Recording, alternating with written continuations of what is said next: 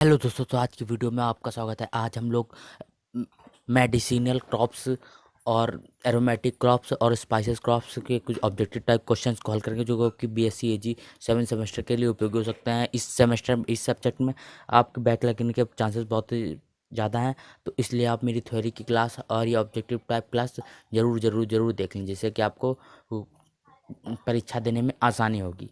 ठीक है, तो सबसे पहला आता है इसमें खस की जड़ों का खस की जड़ों को भाप आसवन से कितना प्रतिशत सुगंधित तेल प्राप्त होता है। कितना प्रतिशत सुगंधित तेल प्राप्त होता है? कितना प्रतिशत प्राप्त होता है?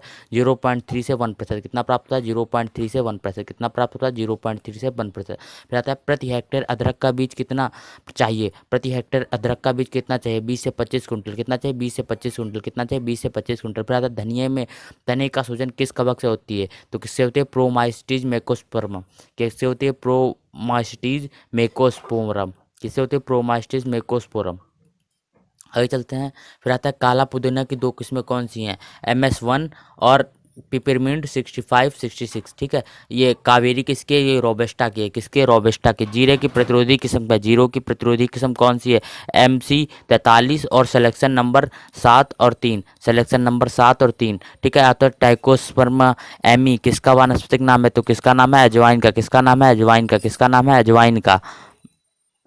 अजवाइन और सौंफ किस कुल के हैं? तो अजवाइन और सौंफ किसके के हैं? एम्बलीफेरी। किसके हैं? एम्बलीफेरी। किसके हैं? एम्बलीफेरी। फिर आता है अजवाइन का मूल स्थान कहाँ है? अजवाइन का मूल स्थान कहाँ है? मिस्र में है। अजवाइन का मूल स्थान कहाँ है? मिस्र में है। फिर आता है हल्दी का तना भेदक का क्या नाम है? हल्दी का तना भेदक का नाम डाइकेरोसिस पंक्टिफेरिलस है। किसका है? डाइकेरोलेटिस डाइकेरोसिस पंक्टिफेरिलस। ठीक है, आगे चलते हैं। मेंथा की बुआई का उचित समय कितना होता है? मेंथा की बुआई का उचित समय कितना होता है? 15 जनवरी से 15 फरवरी। क्या होता है? 15 जनवरी से 15 फरवरी। फिर आता है सौंफ का मूल स्थान कहाँ है? सौंफ का मूल स्थान कहाँ है? दक्षिणी यूरोप। सौंफ का मूल स्थान कहाँ है? दक्षिणी यूरोप। सौंफ का मूल स्थान कहाँ है?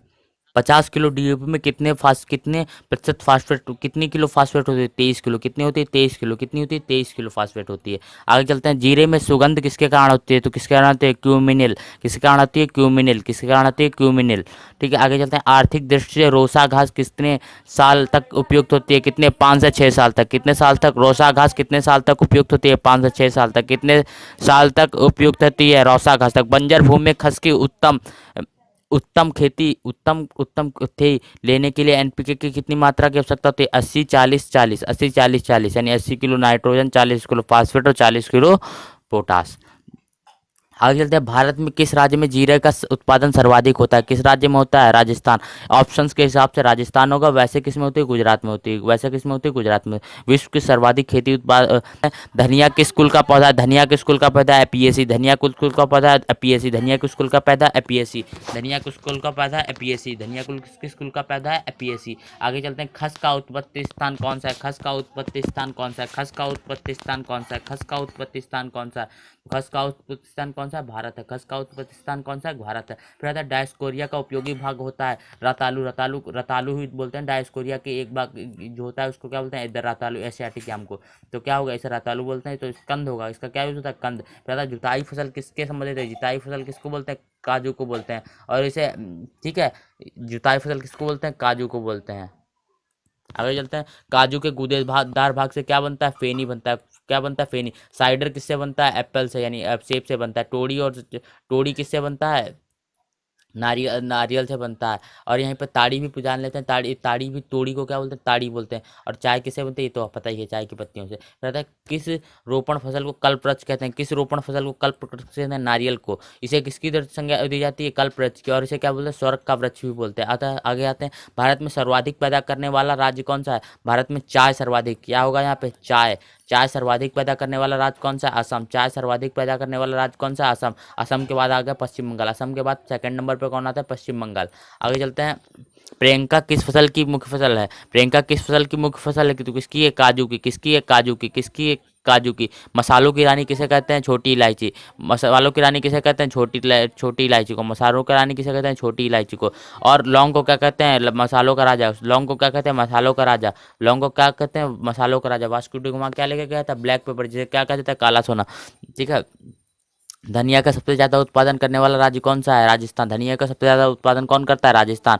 धनिया का सबसे ज़्यादा उत्पादन कौन करता है? राजस्थान। फिर आता है चाय किस कुल की फल है फसल है? चाय किस कुल की फसल है? थिएसी। थोएसी यहाँ पे लिखा है पर क्या होगा? थिएसी। क्या होगा? थिएसी। फिर आता है नारियल का जन्मभूमि है। नारियल की जन्मभूमि क्या है?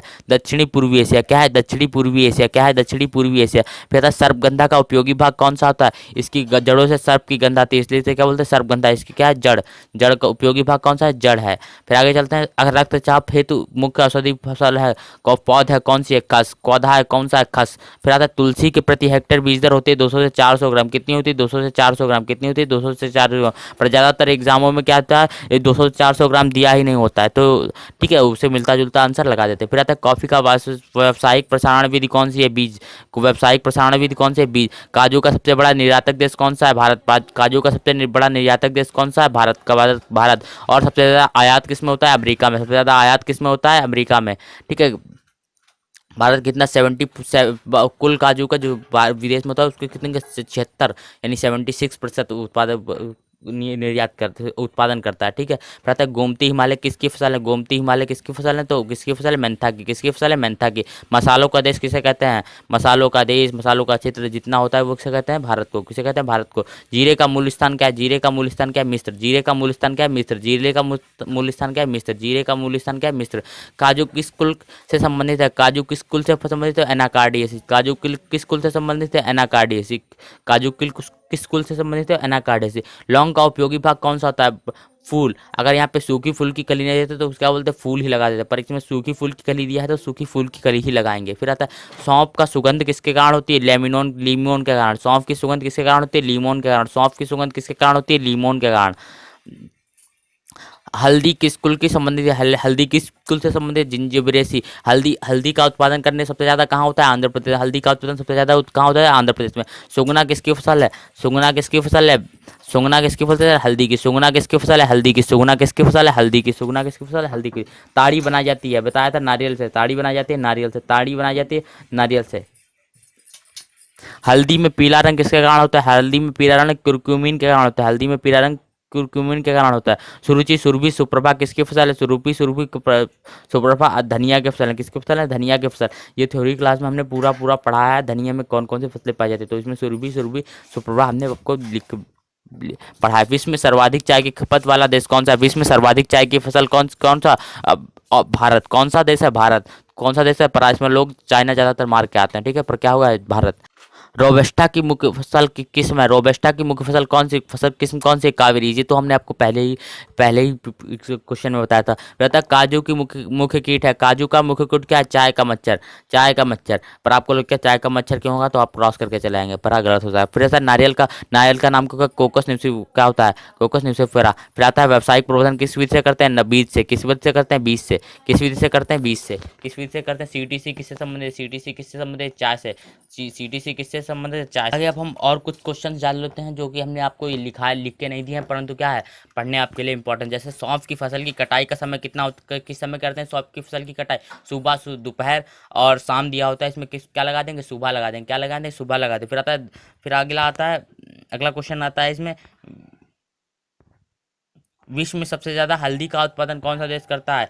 भारत करता है। कितना करता है? 76%। कितना करता है? 76%। फिर आता है गोल्ड ऑफ स्लीप सामान्य है। Gold of God of sleep किसे कहते हैं? अफीम को बोलते हैं। गॉड ऑफ स्लीप किसे बोलते हैं? अफीम को बोलते हैं। गॉड ऑफ स्लीप किसे बोलते हैं?